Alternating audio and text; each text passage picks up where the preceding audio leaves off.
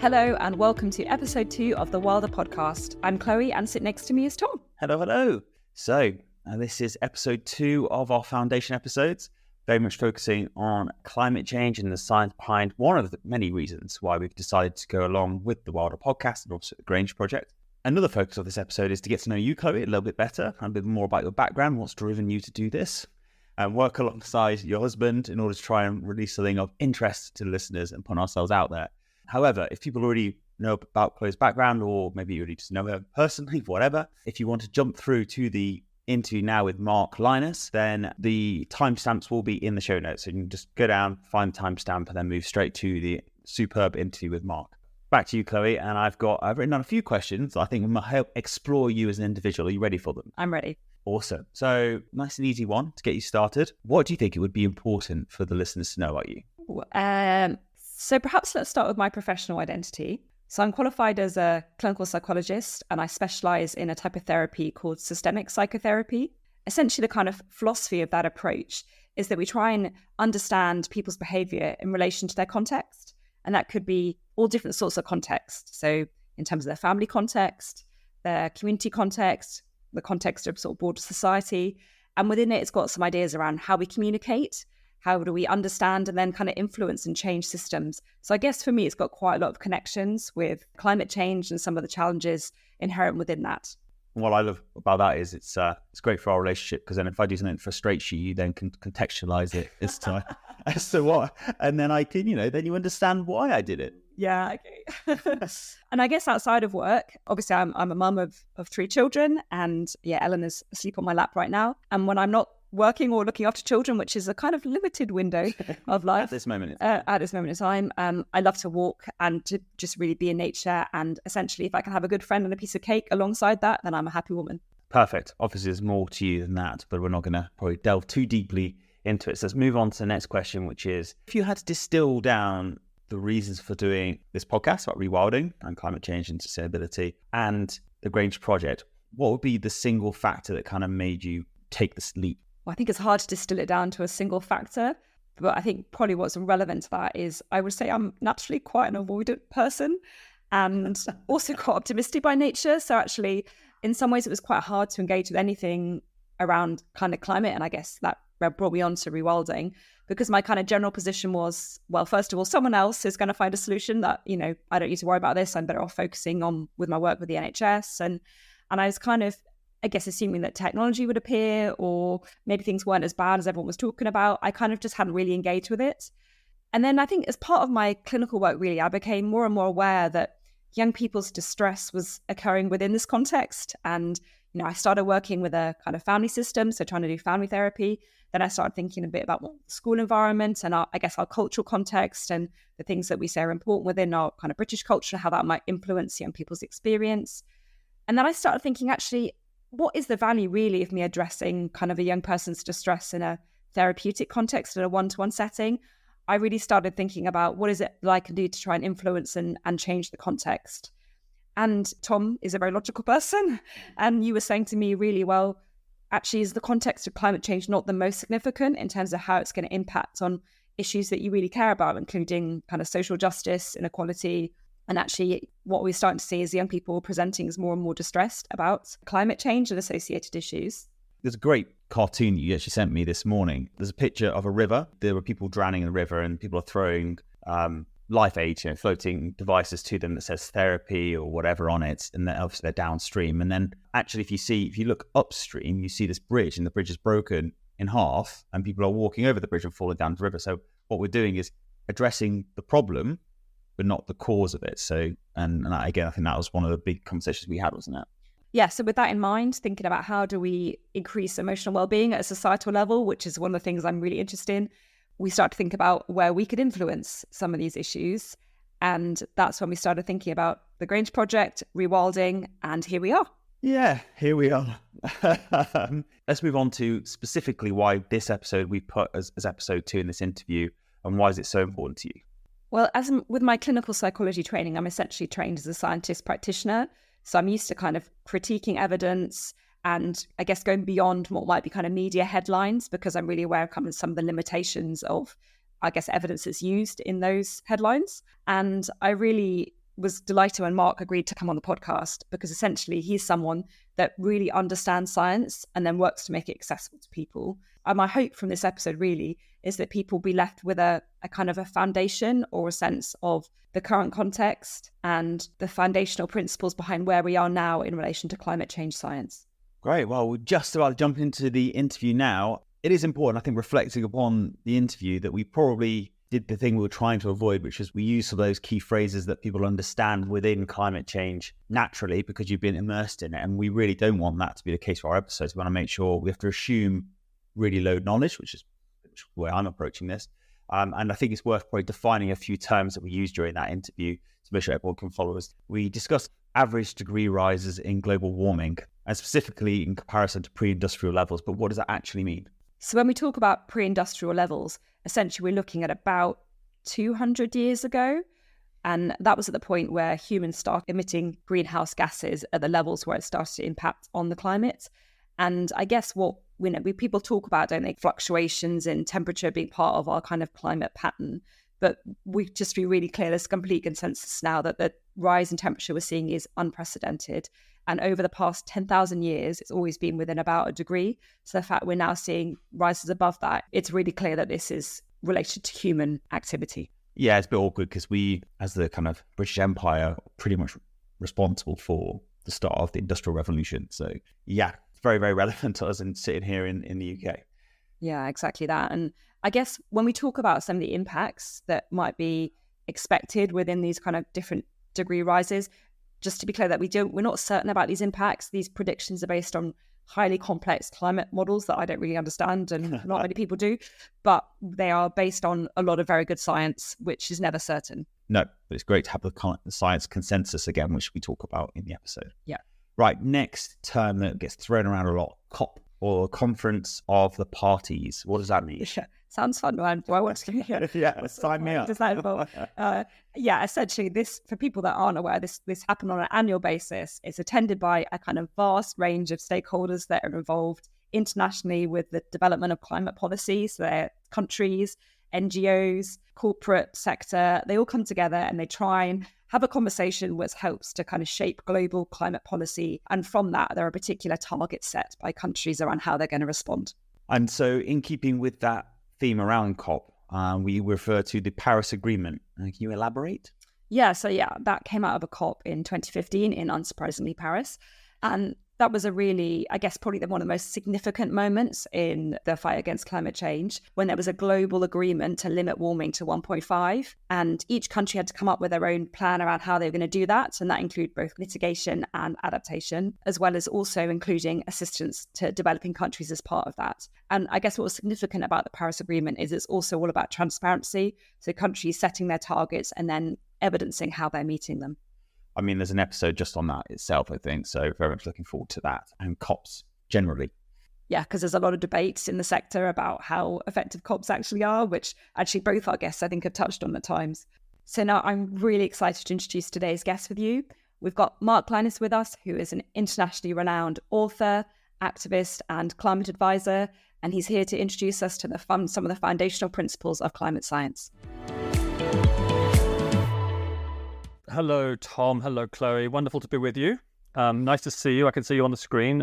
Although we're about, 40 miles apart? I'm in Hay-on-Wye and you're somewhere further down the Wye Valley, as I understand it. Yeah, nestled between kind of Monmouth and Abergavenny, a very, very beautiful place of the world. Very fortunate to be here. It's important to mention, I think, that, Mark, we've been very keen to get you on for this specific episode. And I reached out to you originally and you were very polite, came back, said very keen, but you're very busy, couldn't do it just yet. But I was persistent, and you gave you more context as to why we wanted to do it. And I've got to say, you really did kind of make the time to come and give us this information. So thank you very much. You're welcome. Persistence pays, Tom. It's just that I've got a book to write. So, and I actually just had to go to my publisher and ask for a time extension, like a sort of naughty student who's missed their essay deadline. She gave me an extra 3 months. This is Bloomsbury. But I'm writing a book on nuclear war. I thought I'd take something more cheery than climate change and see how that went. It's actually fascinating. So do I want to ask, when is it going to be out? Well, originally I was meant to deliver in April. I've got a little bit longer, but that's just to deliver the manuscript. And then you've got, probably best part of a year really before the book appears on the shelves, assuming the manuscript I deliver is in half halfway acceptable. If not, then it's going to take even longer, but it should be okay. In keeping with tradition for the podcast, we ask our guests to introduce themselves that they may not have come across you in the past. So would you mind introducing yourself, giving why what you find yourself in the position that you do and the books you've authored? So yes, hello, my name's Mark Lynas. I'm kind of primarily a writer and mostly focusing on environmental topics. I've written several books on climate change. The best known one was called 6 Degrees, which came out in 2007. I think I wrote an update in 2021 because people kept asking me whether things were worse or better, and I thought they needed a book-length response to answer that question. And so that's the book that's called Our Final Warning, 6 Degrees of Climate Emergency, which is the latest big one. Before that, I did a book called Seeds of Science, which was about GMOs, genetically modified crops, foods, and my whole experience on both sides of that issue over the years. But it has sort of broader lessons really for how we understand and look at science, scientific consensus, and how society can make decisions about complicated things. So I'm very, very much involved. And that sort of segues on to one of my other jobs, which is I work with the Alliance for Science, which was launched initially at Cornell University in 2012, I think, with funding from the Bill and Melinda Gates Foundation, mostly focusing on biotechnology in Africa and other parts of the global south, where genetically improved seeds could really help subsistence farmers have more sustainable and more productive harvests, and would be more climate resilient and stuff like that. So fighting the kind of cause of science in different contexts. So we've also published work on misinformation, on COVID, vaccines, and more latterly climate change as well. I've always had a chip on my shoulder that I'm not a real scientist, even though I do a lot of science writing. So I was actually pleased to be the lead author of a paper re-quantifying the consensus on climate change. You might remember the original paper, I think it was like in 2013, which said that there was like 97% of climate science agreed on the reality of human-caused global warming. And that was, 10 years old by the time I wanted to re-look at the literature. So we did a sample of, I think it was like 80,000 papers which had been published in the intervening period, and found that the consensus was probably closer to, well over 99%, something like 99.4%, I think was our final figure. So that was something that was really, really fun to work on. So I do some actual original publications of peer-reviewed papers as well with the Alliance for Science. And more recently, I've co-founded Replanet, which is a pro-science environmental campaigning advocacy group. So we're pro-nuclear, we're pro-GM, we're pro-vegan, pro-rewilding, which segues on to some other work I've done with Rewilding Britain. I've co-authored a couple of their reports, helped found the Wye Valley Rewilding Network. So rewilding is something I'm really enthusiastic about. I think it's probably one of the few positive things that people across the environmental movement are involved in.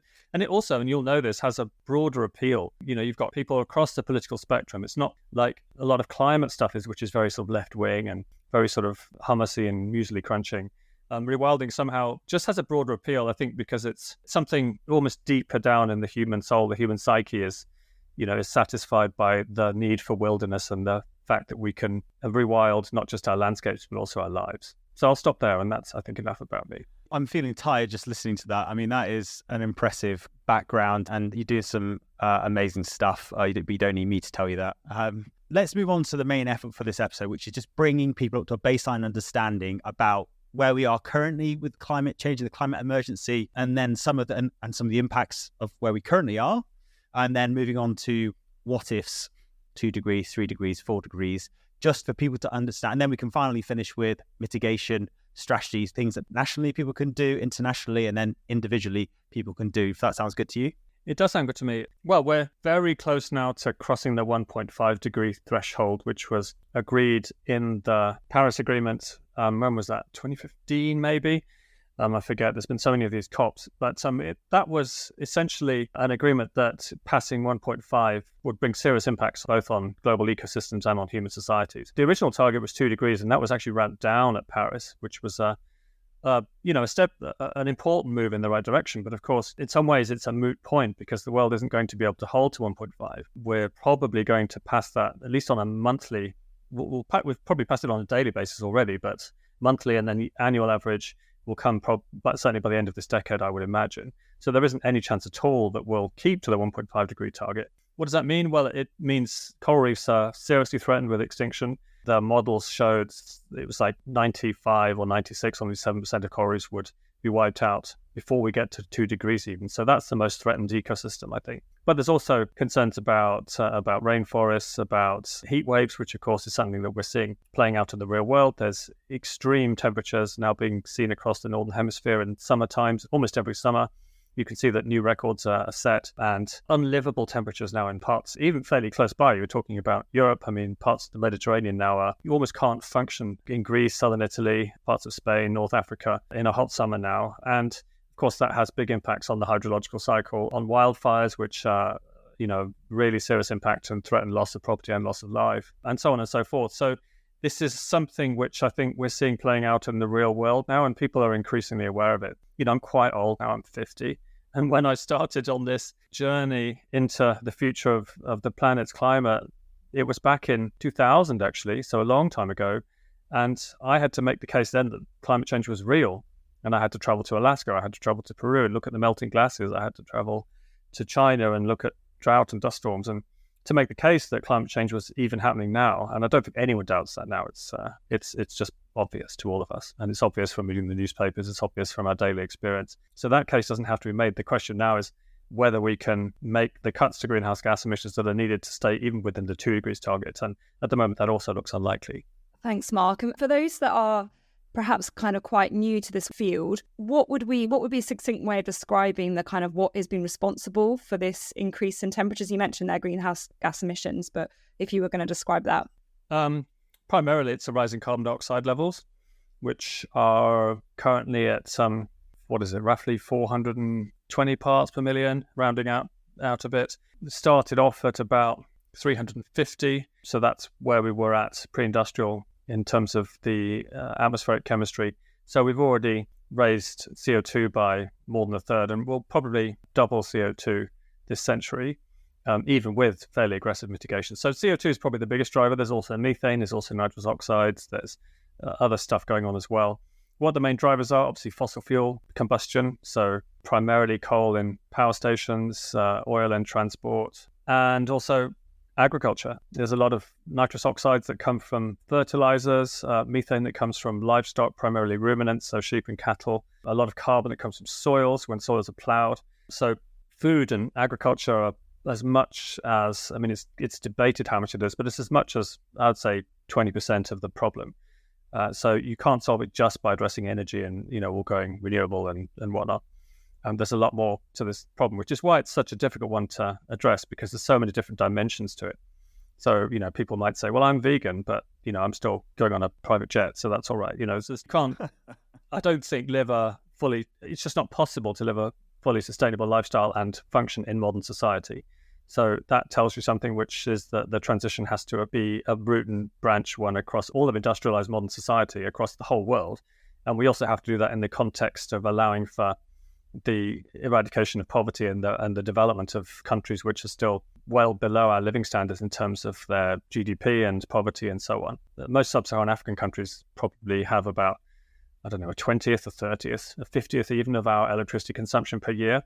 So the corollary of that is they need to increase the electricity production by 10, 20, 30, 40 times. That has to be done without burning shed loads of coal and oil and gas if we're to keep the climate livable. But we can't turn around to say to them that they can't have the lifestyles that we've got in the West. They won't accept that, and nor should they. So we're going to have to see a dramatic move to clean energies, including, most especially in parts of the world that don't currently have enough access to modern energy services at all.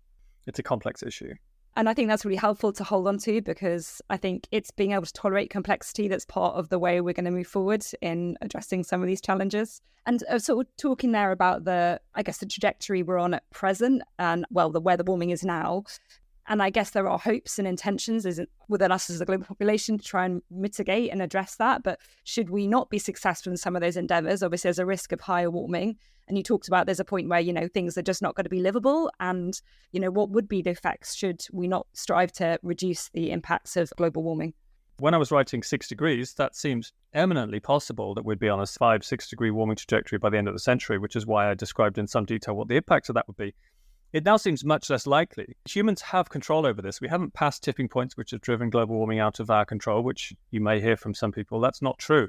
it's still totally up to us. And the main determinants of future warming this century are our own emissions. So it's really humans' collective choice over how much coal, oil, and gas to burn, and some, what kinds of food systems and stuff we have, which will determine where we are by 2050, where we are by the latter part of the century.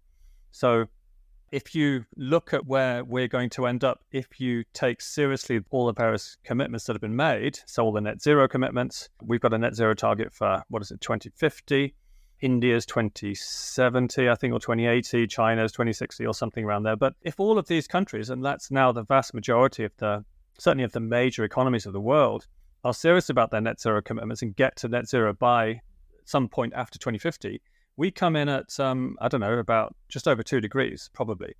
I mean, there's always uncertainties about this, but we're certainly not heading into the 5-6 degree climate catastrophe outcome. So we could look at that with a renewed determination to make sure that these governments not only meet their targets, but that we accelerate the transition and get there even earlier, because that might bring us under 2 degrees, and that would have a huge impact on staving off the worst that climate change would otherwise bring, thanks to all of the work that's been done by, to the environmental movement, climate campaigners, everyone, Extinction Rebellion, everyone who's been out there, either on the streets or in all the different ways, campaigning, mobilizing, forcing governments to take this issue seriously and forcing the net zero targets, not just onto the top of agenda, but actually into law and into a sort of legal binding situation in lots of different countries, which is the only thing really that's going to make governments actually deliver on these targets. So if you were, I don't know, someone like me doing, I work in a non-environmental field, I work in health, which obviously there are links, but, and I wasn't that aware about some of these kind of issues and actually said, oh, well, the worst effects of 2 degrees. For me, as a British citizen, what would be the things that I might be concerned about, or I might notice if it looks like we're in this trajectory to around 2 degrees? I'm always reluctant to say what's going to happen in Britain, because of course, what's happening in Greece right now, with half of roads burning down, it's connected. We're in a global news cycle and we're a globalized civilization. So what happens in other countries does directly affect us, whether it's through trade, food, refugees, who knows what. So it's not as if what happens in Britain is going to be the only thing that affects us. But having said that, what we might see directly is higher temperatures, particularly in summer months, much less cold in the winter. So that might benefit older people perhaps, but we won't be seeing the snow, we won't be seeing the frost and ice that we were certainly used to as, when I was a child. And that's already been something that we've seen. We already get much, much less snow than used to be the case. And any old people can tell you all of the stories about the winters they used to have. And summers are getting hotter and probably drier as well. I mean, it varies. We're having a reasonably damp, was it July? We had a very dry May and June, and I was quite worried that we were going to see a repeat of last year's drought, because that's certainly what's on the cards, really, is serious drying and very hot temperatures during the summer months. Nothing, of course, compared to Southern Europe, but certainly off the charts in terms of what we've been used to in the United Kingdom, and that will change our vegetation. I mean, it'll change the kind of wildlife that can tolerate living in this sort of climate envelope as well. So these changes will be slow, but when you see the extremes, they will be really pretty dramatic. We've already seen, I think it was only a year or two ago, a new high temperature record, and that's something which we can expect more and more of in the years to come. You mentioned earlier about the concept of tipping points. For me, that was a really significant moment when I understood about this concept and what that meant. I wonder if you could give a kind of brief description of what that means to people that might not be familiar with that idea. Yeah, I mean, I would see that with just saying that people shouldn't use the tipping points concept as a reason to be fatalistic. You do hear this, we've crossed the tipping points, Greenland's already going to collapse and the permafrost is already going to melt, and so there's nothing we can do, and so we should sort of more or less give up. That said, and tipping points are fairly uncertain. There was actually a paper that was published just yesterday, I think, about what's called the Atlantic Meridional Oceanic Circulation, AMOC. So it used to be called the Gulf Stream, but that's only a little bit of it. The whole way that the North Atlantic circulates equatorial warm water into Northwest Europe and keeps us at a much warmer temperature than you'd expect for our latitude. And if that shuts down, that's a potential tipping point. And it's probably done that in the past. Certainly, if you look at ice cores and other sort of paleo evidence, it does suggest that this current isn't always there.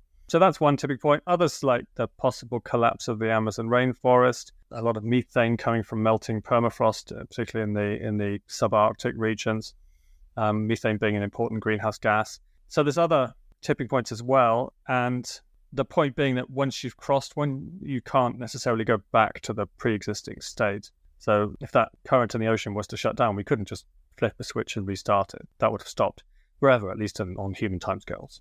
So, Mark, you mentioned that if governments hit their targets that they have predefined, it's looking, I wouldn't say looking good, because it's all relative, I suppose. Probably what I'm asking is how best we hold governments globally accountable. Well, I mean, the only thing that matters to the climate is the concentration of greenhouse gases that are in the atmosphere. And the only thing that matters to the concentration of greenhouse gases is our emissions. And our emissions keep on going up. They flatlined and they dropped a bit during COVID, but they bounced straight back up as soon as the global economy rebounded. So while I think we're looking hopefully at a plateau now in coal consumption and a gradual drop, and fairly soon after oil and maybe gas a decade or two after that, there isn't any sign of that yet in terms of the actual climate forcing. So the gases in the atmosphere which are retaining more of the sun's heat and which are heating the planet up. And that's ultimately the only thing that our success or failure can be judged by, is what's in the atmosphere, what's the ultimate impact on the planet's temperature. So all of the good news I've given you is all about projections of policies that we hope will be unfolding. And, there's technology transitions which are looking positive in terms of, everything from electric cars to small nuclear reactors. But these things haven't had any measurable impact on the planet's climate yet. So this is all about looking at the future. Okay, and if we move on to the kind of mitigation phase, what can people do? I'd be interested to hear your thoughts on ways in which an individual can look to mitigate, ways in which a community can look to mitigate and galvanize support and make change, and then corporate and then governmental. Yeah, I mean, I think we've moved beyond the individualistic approach to this issue. Like, the only thing that matters really is the collective effort of entire countries and the entire globe. And those are things which can only be carried out through the actions of governments and at a policy level. That means that our most important activity on the climate front is our activity as citizens in terms of what we hold our governments accountable for. And that means driving the clean energy transition, ensuring, there's a big debate at the moment, of course, in the UK even about whether the net zero target will slip. And you can see a lot of talk now in the Tory party in particular. They're trying to put pressure on Keir Starmer, the hopefully incoming Labour Prime Minister, to roll back on, or they're trying to sort of tar him with the just stop oil type brush and to try and bounce him into having a less aggressive climate policy. And there's some indication that it doesn't poll well. The recent by-election, it was the ultra-low emission zone in London, which supposedly lost Labour that seat to the Tories. It was the Tories seat to start with, but they could have won it. I think we have to really focus on the politics of this. It's way more important than, your personal choices. It's trying to ensure that we keep sort of social consensus, a political consensus on the need to move rapidly forward on keeping hold of and even intensifying our targets. In particular, I mentioned things like getting to zero emissions from our electricity sector. That's supposed to happen by 2030. That looks like it's going to slip. 2035, I think it is, for stopping the sale of internal combustion engine cars and vans and stuff.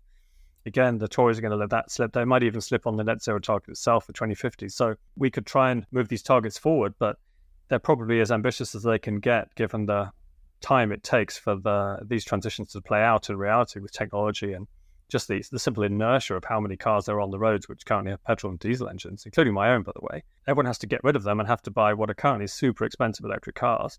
These things don't just happen overnight, whatever we might wish, but the signal from government that car companies will not be able to sell petrol and diesel cars after a certain date is critically important in driving that technology transition. I guess thinking about the importance then of being a responsible citizen and being informed about, which policies we should be supporting and advocating for, and I guess how to go about doing that as a kind of politically engaged citizen. What kind of advice or thoughts would you want to share with our listeners about that? This isn't easy. I've sacrificed a lot of personal and reputational political capital in supporting nuclear power, for example. And, that puts me at odds with a lot of the, more traditional end of the environmental movement. But, that's my sacrifice for the climate, is to cash in my personal reputational chips in something which is unpopular because I believe it's important for our mitigation effort. And you can see, like in Germany, they just closed down nuclear power stations and they've had to increase the amount of coal mining and destroy entire villages and forests and stuff so they can carry on digging lignite out of the ground. And that's sort of, not supported by the Green Party, but facilitated by them closing nuclear. So, we've got to challenge ourselves. It's one thing, a lot of kind of green lefties look at the political right and point at them and say it's all their fault. But the reality is we've all got to kind of take a critical look at ourselves and not just assume that we've got the right idea already on these kinds of issues. And it does have to be kind of cross-party and cross-political. We can't make climate change stop by persuading everyone to be left-wing. That ain't going to happen. And I'm not even sure it's desirable. So we have to have right-wing solutions to climate change as well. But ultimately, we want to keep a habitable planet. We want to keep the Earth's climate from passing critical boundaries. And we want to protect the future habitability of the planet for all of human societies and all of our children and grandchildren. And I think that's something that should be, have appeal to everybody, whatever their politics happens to be. Yeah, it's taking the emotion, I think, out of decision making, just looking at the facts and doing what needs to be done. It looks like we're getting pretty much towards the end of this chat. I'd like want to quickly mention now that, not that you've asked for this, Mark, but your books and links will be in the show notes, everything we've discussed today. Out of interest, where would you direct people if they wanted to find out more, notwithstanding your work? Where would you send them to find out more about the discussion we've just had? I try and get people interested in advocacy and campaigning. And for that, I'd suggest people visit replanet.ngo. There's, a new pro-science environmental movement which is growing around the world. We've got chapters in Africa, in Australia, right across Europe. At Ukraine, we've just opened a chapter as well to support the effort there against the Russian invasion. And there's just so much to do. And I also would advocate that people get more interested in and involved in rewilding efforts. If you've got any land, or even if you can just help out in a different way, support Rewilding Britain, support your local rewilding network.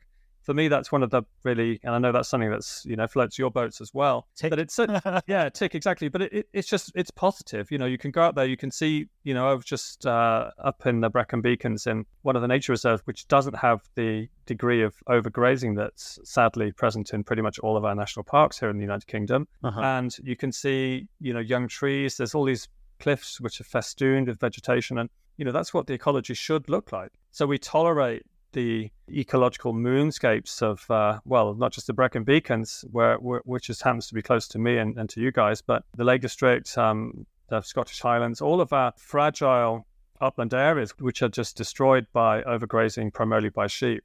And that's a really positive thing to focus on, because you can see from year to year to year, I can see all the little saplings coming up every single year as all of the trees try to reseed. We've got rowans and oaks and ash and lots of little saplings on the common all around where I am, and it just gives you a buzz. It gives you something that you don't get from anything else, just from kind of political type campaigning. It's just seeing how rapidly and how amazingly ecology can bounce back once you let it. Yeah, I think that's a really hopeful story, because sometimes it feels like some of the climate messaging is around doing less, driving less, eating less meat, and actually there's something around, if we can do something positive by doing more and nurturing the environment, and that can have a beneficial impact on the climate, it feels like a kind of win for everybody. Yes, exactly. And I'm actually working on a report with Rewilding Britain at the moment, trying to look at some of the numbers. I actually find I'm a bit of a geek and I do like putting numbers on things. But it does help me get a scale of things, get the measure of things, if you like. And actually, we could probably rewild 20 to 30% of the United Kingdom with almost no trade-off in terms of food production, because the amount of calories that you actually get from upland sheep are very trivial, whereas the amount of carbon that could be sequestered, the amount of flooding, the amount of biodiversity that could be promoted in those landscapes is absolutely enormous. So we have to find where places, so there's always going to be trade-offs, and that farmers aren't too keen on this, and I understand why, because it will impact farming, and farming will change fairly dramatically. But that doesn't have to be a negative shift. It's one which could hopefully empower rural communities and bring jobs into areas for all sorts of new diverse things. But change is ever present, and I think we just have to welcome that and see the positive directions that things can go in the future, and not harp on, like, not be too doomist about it. And I say that as somebody who spent 20 odd years on climate change. I've been through doomy phases, by the way. I've been really depressed at various times. But, it really bothers me when people say I'm not having kids because I think the future is going to be awful. Yeah. I just don't think that's evidence-based even. Yeah. The future certainly would have been bad if you'd been having children in, 1895, and they were going to all die in the trenches in the First World War. Mm-hmm. We're not facing that situation, hopefully. And it's certainly it's not written in stone because of the environmental challenges we face. A good friend of mine had that exact conversation with me. What do you think about bringing children into the world in the current climate? And I just said, look, if you're climate aware enough to be concerned and actually have that discussion with me, you're the families that it would be great to have more children, because they're going to be brought up in a way that to respect nature, to understand the challenges facing us. And we need more young people coming through that process and that awareness to be able to continue to drive the change going forward. So they're the people that should be having lots of babies, in my opinion. But I guess that's true if you want to rationalize it. But for me, it's more than that. It's an emotional issue. I mean, children are your sort of love investment in the future.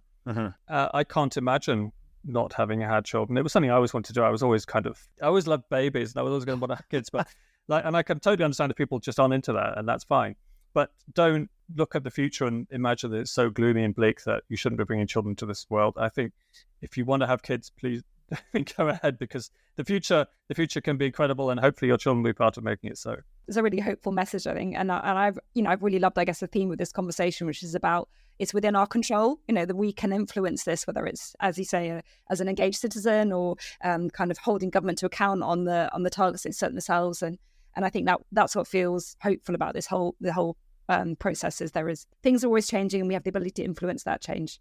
Absolutely. Continue talking and discussing and sharing knowledge and awareness of it.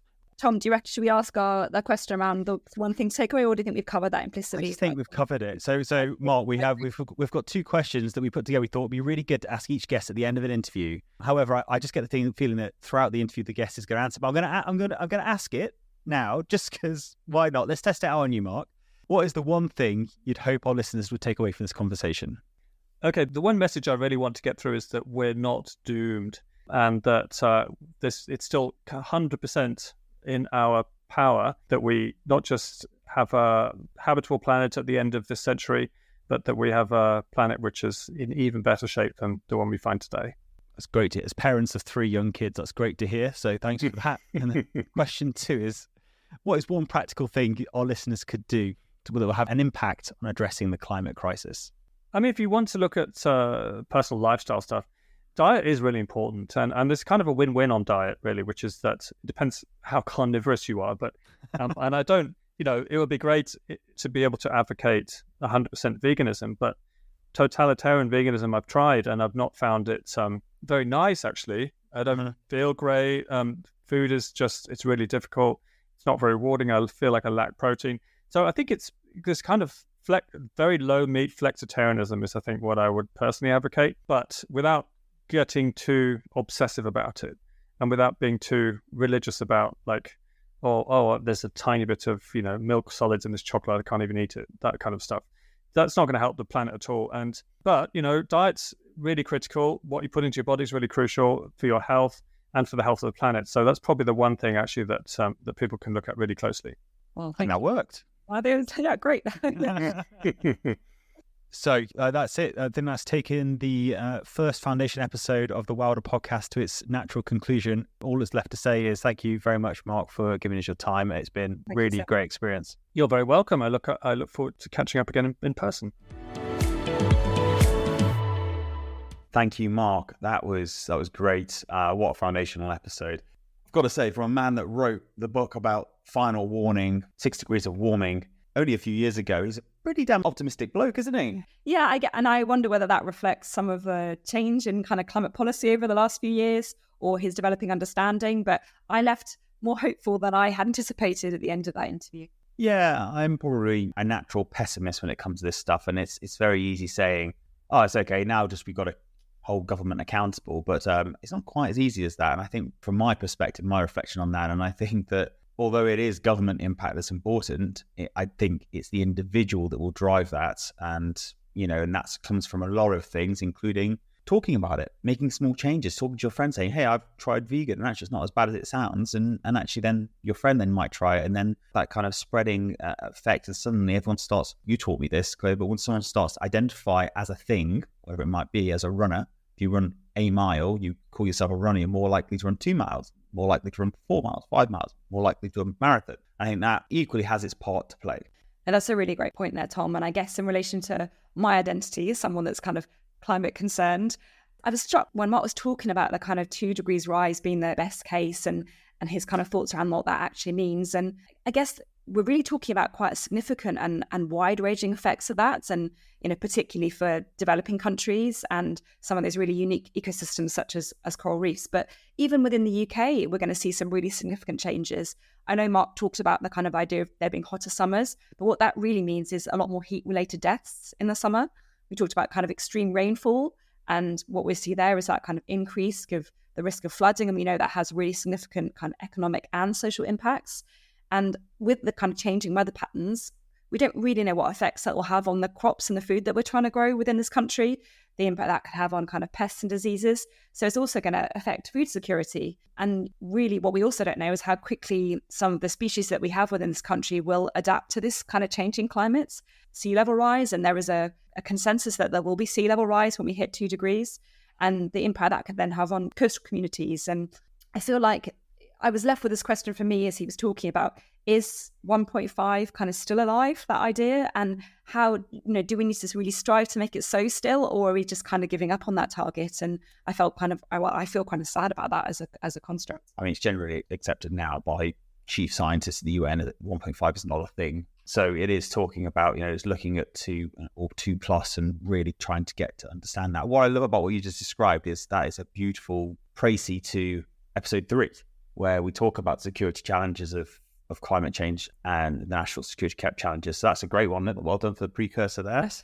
But talking about sadness there, and I think that we shouldn't rest on our laurels, even if it is best case 2 or 2 plus degrees. Actually every single 0.001 increases, it equals deaths and increased pain and strife for many people around the world. And again, I don't think we're going to solve the problem with this podcast, but I think it's important to not lose sight of that, and we should continue to fight to make that as low a degree increase as we possibly can. I think with climate, it always feels like there's quite a lot of, in systemic, we call it both ands.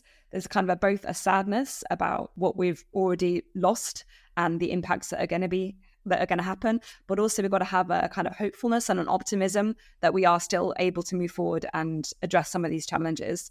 And I think for Mark, it felt like there was a real strength of optimism around some of the government policy and how it's going to hold us to within this 2 degrees of warming. And I guess that left me thinking about, well, how do you hold a government to account? Because sometimes there's a risk that it can feel a bit like them and us, like this government is this external thing to us, when actually fundamentally in a democratic society, you have significant influence on the government process, whether that's at a simple level of voting, but also in terms of how you understand policies and follow government's progress towards them, and then how you hold them to account, whether that's speaking to your local MP, whether that's engaging petitions, or I guess at a more extreme end around kind of protesting and activism, or at an end of just joining environmental groups and NGOs like Replanet, which Mark mentioned.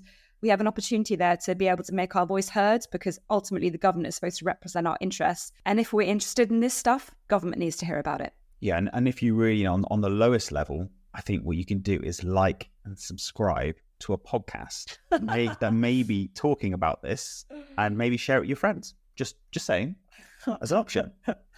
Yeah, and I guess that's the final takeaway point for me, really, is that although, there is something about the power of government action and I guess within that, the kind of corporate sector, our individual action does make a difference, whether it's through our purchasing habits that signals to the market, whether it's through that identity point that you were talking about, Tom, or whether it's through joining movements like the Grange Project, hopefully can start to influence the community. The communities can start to influence the culture, and our culture can start to influence society, and government listens to society. Mic drop. I love it, Chloe. That was awesome. Sorry. I'm excited that.